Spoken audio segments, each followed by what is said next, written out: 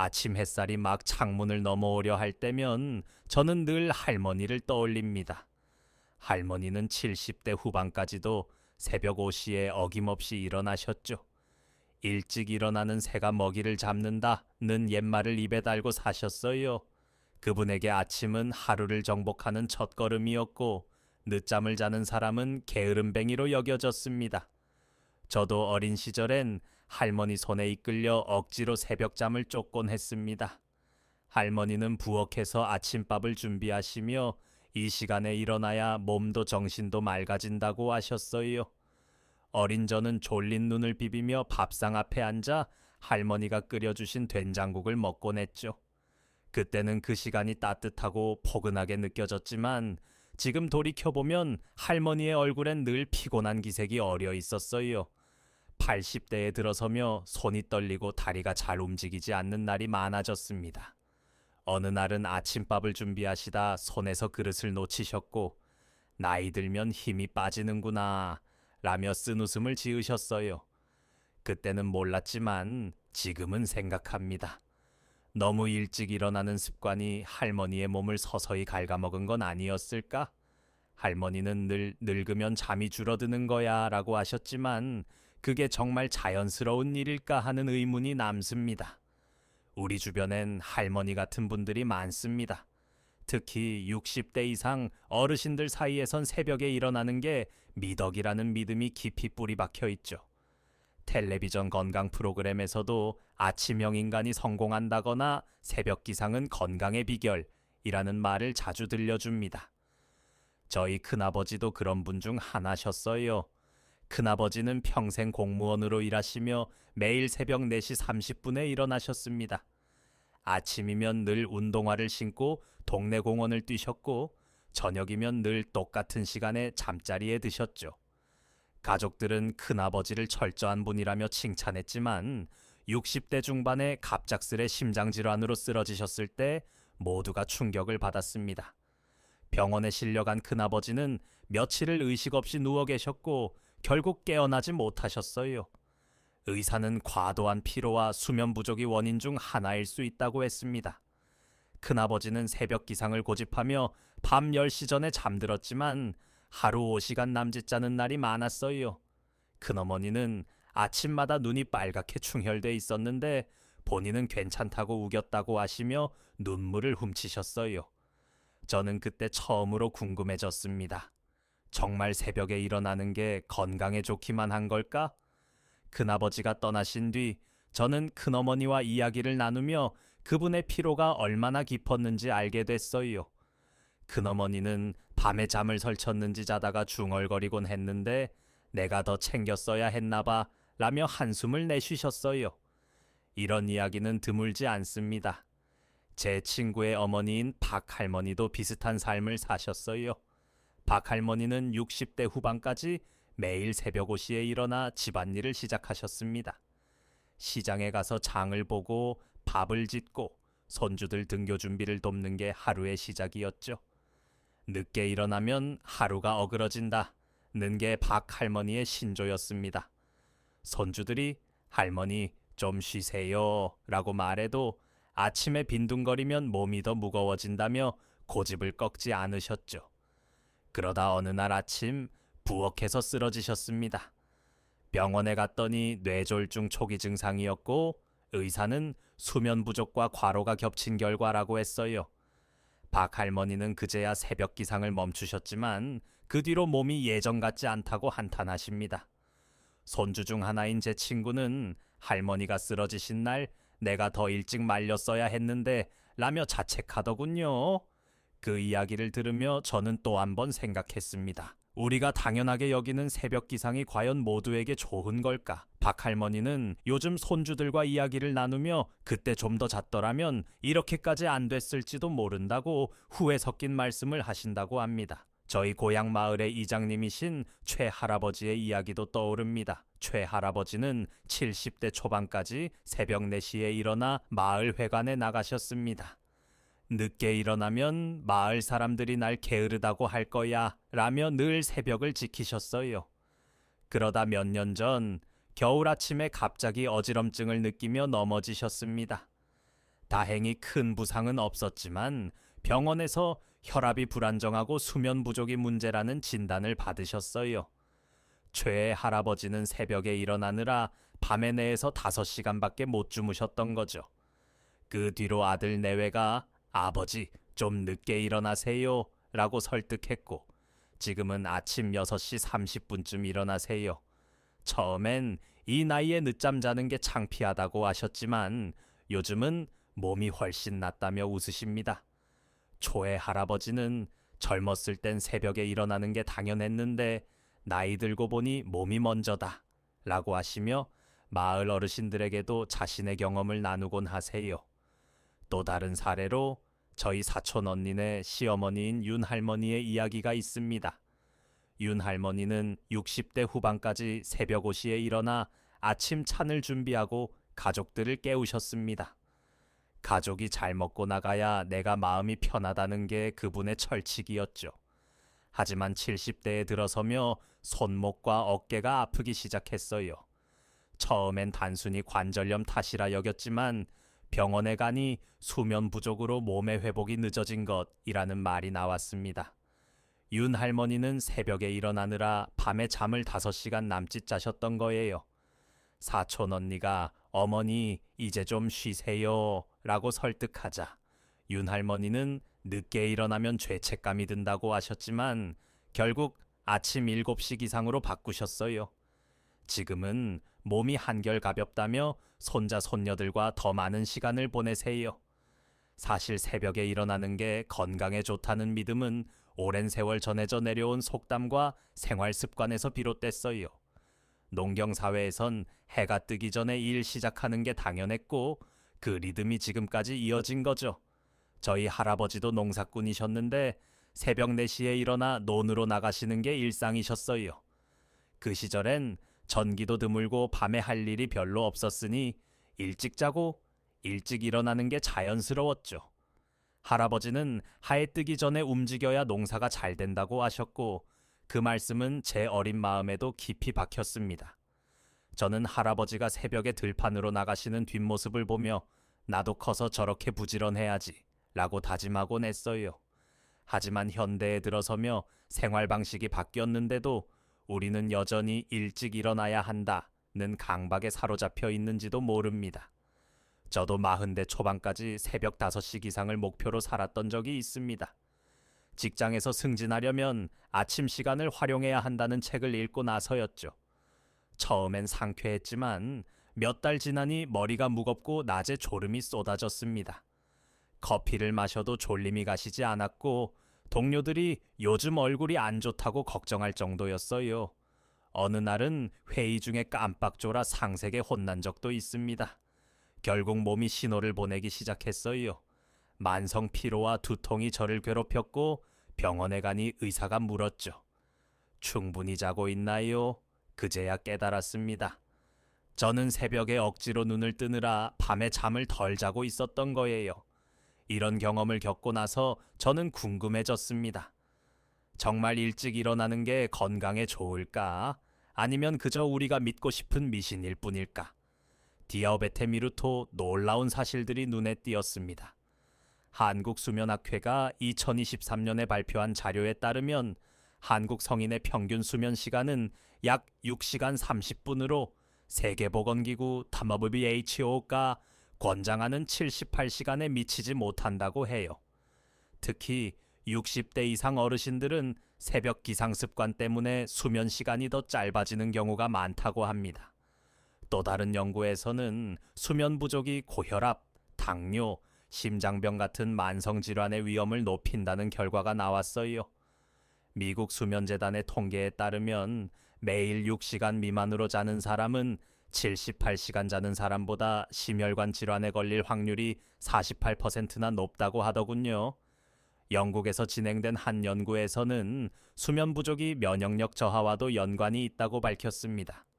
65세 이상 노인들을 대상으로 한 조사에서 하루 5시간 이하로 자는 사람들은 감기나 독감에 걸릴 확률이 30% 더 높았어요. 스웨덴의 한 연구팀은 수면 부족이 뼈 건강에도 영향을 미친다고 했습니다. 60대 이상 여성 중 하루 6시간 미만으로 자는 사람들은 골다공증 위험이 22% 높아진다고 하더군요. 호주의 연구에서는 수면 부족이 체중 증가와도 연관이 있다고 했어요. 하루 6시간 미만으로 자는 사람들은 대사율이 떨어져 비만 위험이 15% 높아진다고 합니다. 이 숫자를 보고 저는 큰아버지와 박할머니, 최할아버지를 떠올렸습니다. 혹시 그분들도 새벽 기상 때문에 몸이 버티지 못했던 걸까요? 그렇다고 모든 사람이 늦게 일어나야 한다는 뜻은 아닙니다. 사람마다 몸의 리듬이 다르다는 게 중요하죠. 제 친구 은주는 전형적인 올빼미형 인간입니다. 은주는 밤늦게까지 깨어 있다가 아침 9시쯤 일어나는 걸 좋아해요. 60대가 된 지금도 그 리듬을 유지하며 건강하게 지냅니다. 은주는 아침에 억지로 일어나면 하루 종일 멍하다고 하더군요. 반면 저희 사촌동생 민호는 새벽 6시에 일어나야 컨디션이 좋다고 해요. 민호는 밤 10시에 잠들고 아침에 상쾌하게 눈을 뜨죠. 두 사람 다 건강하지만 하루를 시작하는 시간은 완전히 다릅니다. 의학적으로도 이런 차이를 크로노타입이라고 부른다고 합니다. 어떤 사람은 아침형이고 어떤 사람은 밤형인데 억지로 이걸 바꾸려 하면 오히려 몸에 무리가 간다는 거예요. 실제로 일본에서 진행된 한 연구에 따르면 자신의 크로노타입을 무시하고 억지로 아침형으로 살려는 사람들은 스트레스 호르몬인 코르티솔 수치가 높아지고 장기적으로 우울증 위험이 25% 증가한다고 합니다. 또 다른 연구에서는 밤형 인간이 억지로 새벽에 일어나면 소화불량이나 위장장애를 겪을 확률이 20% 높아진다고 하더군요. 독일의 한 연구팀은 수면 리듬을 강제로 바꾸려는 시도가 두통과 편두통의 빈도를 18% 높일 수 있다고 했습니다. 저희 이웃에 사는 김 할아버지의 이야기도 떠오릅니다. 김 할아버지는 70대 초반까지 새벽 5시에 일어나 농사를 짓는 삶을 사셨어요. 그러다 몇 년 전부터 무릎과 허리가 아프기 시작했고 아침마다 몸이 뻣뻣해지셨다고 했습니다. 아들 내외가 걱정돼 병원에 모시고 갔더니 의사가 수면이 부족한 게 문제일 수 있다고 진단했어요. 김 할아버지는 새벽에 일어나느라 밤에 5시간밖에 못 주무셨던 거죠. 의사의 조언으로 할아버지는 아침 7시 기상으로 바꾸셨습니다. 처음엔 늦게 일어나면 하루를 망치는 기분이라며 불편해하셨지만 몇 달 지나니 몸이 한결 가벼워졌다고 하셨어요. 요즘은 아침에 느긋하게 차를 마시며 라디오를 들으시는데 내 나이에 맞는 잠을 자야 몸이 버틴다며 웃으십니다. 김 할아버지는 손주들에게 너희도 억지로 일찍 일어나지 말고 몸이 원하는 대로 자라고 당부하신다고 해요. 제 동창 민수의 아버지 이야기도 빼놓을 수 없습니다. 민수 아버지는 60대 후반까지 택시 운전을 하셨는데 새벽 4시에 일어나 새벽 손님을 태우는 게 일상이셨어요. 아침에 일찍 움직여야 돈을 번다고 하셨죠. 하지만 70대에 들어서며 눈이 침침해지고 손발이 저리기 시작했어요. 병원에 갔더니 신경계 이상과 수면 부족이 겹친 결과라는 진단이 나왔습니다. 의사는 나이 들수록 깊은 잠이 줄어드는데 억지로 새벽에 일어나면 뇌가 쉴 시간을 잃는다고 했어요. 민수 아버지는 그 뒤로 새벽 근무를 줄이고 밤 11시쯤 잠드는 리듬으로 바꾸셨습니다. 지금은 예전엔 잠이 사치인 줄 알았는데 이 나이에 잠이 약이다 라고 하세요. 민수는 아버지가 바뀐 뒤로 집안 분위기도 더 밝아졌다고 하더군요. 제 직장 동료였던 정 과장의 어머니 이야기도 기억에 남습니다. 정 과장 어머니는 60대 후반까지 매일 새벽 5시에 일어나 동네 경로당에 가셨어요. 아침에 일찍 나가야 친구들도 만나고 기운도 난다고 하셨죠. 하지만 몇 년 전부터 기억력이 흐려지기 시작했어요. 처음엔 단순히 나이 탓이라 여겼지만 병원에서 치매 초기 진단을 받으셨습니다. 의사는 수면 부족이 뇌 건강에 영향을 미쳤을 가능성이 있다고 했어요. 정 과장은 어머니가 새벽에 일어나느라 밤에 잠을 내서 5시간밖에 안 주무셨다고 후회하더군요. 지금은 어머니가 아침 8시쯤 일어나도록 가족들이 챙기고 낮잠도 권한다고 합니다. 저희 동네 약사님인 이 선생님의 이야기도 떠오릅니다. 이 선생님은 60대 중반까지 약국문을 새벽 6시에 열기 위해 4시 30분에 일어나셨어요. 손님들이 아침에 약을 찾으러 오니까 일찍 문을 열어야지 라는 생각 때문이었죠. 하지만 몇 년 전부터 손이 저리고 집중력이 떨어지는 날이 많아졌어요. 병원에 갔더니 수면 부족으로 인한 신경 피로라는 진단이 나왔습니다. 이 선생님은 그 뒤로 아침 7시 30분쯤 약국을 열기 시작했고 손님들이 조금 기다려도 내가 건강해야 오래 일할 수 있다고 하세요. 이 모든 이야기를 종합해보면 새벽에 일어나는 게 꼭 건강에 좋다는 보장은 없다는 걸 알 수 있습니다. 오히려 충분한 수면을 놓치는 게 더 큰 문제예요. 한국노인복지연구소의 조사에 따르면 65세 이상 어르신 중 40% 이상이 수면 부족으로 피로를 느낀다고 답했어요. 또 수면 시간이 6시간 미만인 어르신들은 우울증이나 불안 증상을 겪을 확률이 그렇지 않은 사람보다 2배 높다고 합니다. 유럽수면학회의 2024년 보고서에 따르면 60대 이상 노인들은 수면 부족으로 인해 기억력 저하가 가속화될 수 있다고 해요. 하루 5시간 미만으로 자는 사람들은 그렇지 않은 사람들보다 치매 발병 위험이 35% 높다는 결과도 나왔습니다. 캐나다의 한 연구에서는 수면 부족이 피부 노화에도 영향을 미친다고 했어요. 60대 이상 여성 중 하루 6시간 미만으로 자는 사람들은 피부 탄력이 떨어지고 주름이 더 깊어질 확률이 28% 높다고 합니다. 프랑스 연구팀은 수면 부족이 혈당 조절에도 영향을 미친다고 했어요. 하루 6시간 미만으로 자는 사람들은 당뇨병 위험이 20% 높아진다고 하더군요. 이런 통계를 보면 새벽 기상이 미덕이라는 믿음이 오히려 우리 몸과 마음을 해칠 수도 있다는 생각이 듭니다. 그렇다면 어떻게 해야 할까요? 저는 제 경험과 주변 사람들의 이야기를 통해 몇 가지 깨달음을 얻었습니다. 먼저 자신에게 맞는 수면 시간을 찾아야 해요. 나이 들수록 잠을 자는 방식이 바뀌는데 60대 이상이 되면 깊은 잠을 덜 자게 된다고 합니다. 전문가들은 이 나이에 최소 7시간 이상 자야 뇌와 몸이 회복할 수 있다고 강조해요. 예를 들어 새벽 5시에 일어나고 싶다면 밤 9시나 10시쯤 잠자리에 드세요. 만약 밤늦게까지 깨어있는 게 편하다면 아침 8시나 9시에 일어나도 괜찮습니다. 중요한 건 억지로 일찍 일어나려 하지 않는 거예요. 저는 요즘 밤 11시쯤 잠들고 아침 7시에 일어나는데 몸이 훨씬 가볍더군요. 어머니께도 이 이야기를 드렸더니 그럼 나도 좀 늦게 일어나 볼까 하시며 웃으셨어요. 두 번째로 아침에 일어나자마자 몸을 너무 몰아붙이지 마세요. 큰아버지처럼 새벽에 운동을 시작하는 것도 좋지만 몸이 깨어날 시간을 주고 나서 움직이는 게 낫습니다. 가벼운 스트레칭이나 따뜻한 차 한 잔으로 하루를 시작해 보세요. 저는 요즘 아침에 일어나 창밖을 보며 숨을 고르는 시간을 갖습니다. 그 시간이 제 몸과 마음을 깨우는데 큰 도움이 되더군요. 특히 겨울철엔 몸이 더 굳기 쉬우니 이불 속에서 간단히 손발을 움직여보는 것도 추천합니다. 초의 할아버지는 요즘 아침에 따뜻한 물을 한 잔 마시며 손을 주무르시는데 이렇게 하니까 관절이 덜 뻐근하다고 하세요. 세 번째로 잠들기 전 루틴을 만들어 보세요.